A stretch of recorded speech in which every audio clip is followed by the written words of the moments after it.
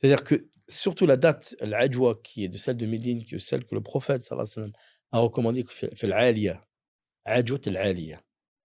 عجوة العالية, c'est son endroit précis que le prophète et c'est celle qui est, à utiliser pour la sorcellerie et à utiliser pour les mots mal occultes et pour les cèdres remèdes justement.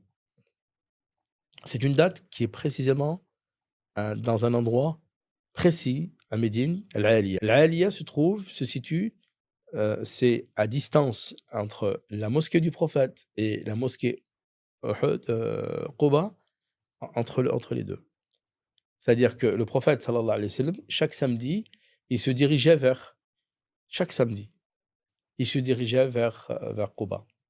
C'est-à-dire il marchait, à peu près entre la mosquée du prophète sallallahu alayhi wa sallam et la mosquée, Quba, il y a à peu près 45 minutes de marche. Maintenant, il y a une, Mamsha, Mamshat Sunnah.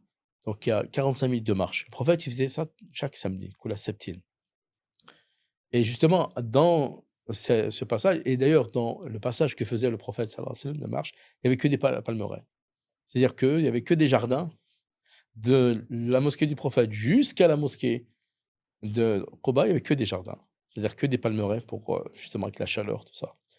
Et au milieu de cette distance, il y a ce qu'on appelle au milieu, exactement, il y a ce qu'on appelle al-Aliya.